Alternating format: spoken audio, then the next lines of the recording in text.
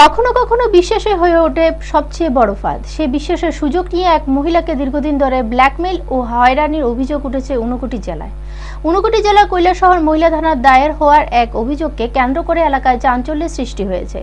ফটিকরায় থানাধীন ড্যামডুং পাড়ার এক জনজাতি মহিলা ৩৬ লিখিত অভিযোগে জানান, কুমারঘাটের রাজকান্দিপাড়ার বাসিন্দা প্রদীপ দেববর্মা কৌশলে তাকে একটি নির্জন স্থানে নিয়ে গিয়ে শারীরিকভাবে নিগ্রহ করে এবং তার অজান্তেই ব্যক্তিগত মুহূর্তের ভিডিও ধারণ করে।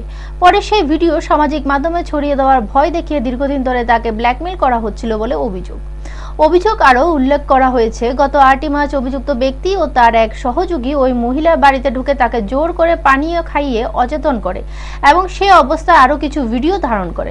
পাশাপাশি তার মোবাইল ফোনটিও নিয়ে যায় বলে দাবি মহিলার। ঘটনার পর মহিলা কৈলাসহর মহিলা থানায় লিখিত এজাহার দায়ের করেছেন। পুলিশ অভিযোগের ভিত্তিতে ঘটনার তদন্ত শুরু করেছে বলে জানা গেছে। ব্যুরো রিপোর্ট, নিউজ তৎকাল 24। আমার গাতে লইয়া গিয়েছেরা আমার ঘরে লই আইছে, লইয়া তারপরে কোকাকোলা মধ্যে একটা কোকাকোলা খাওয়াইছে আমার, খাওয়াইছে এখানে মধ্যে তো এটা মিশাই দিতে আমি জানি না, আমি খাইয়া লইছি, খাইয়াছে আমি বেহুশ হয়ে গেছি গা।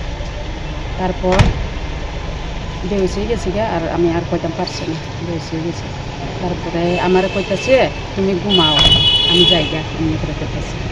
পরের দিকে পরে আমি ঘুমাই গেছি গা, কইতে পারি না।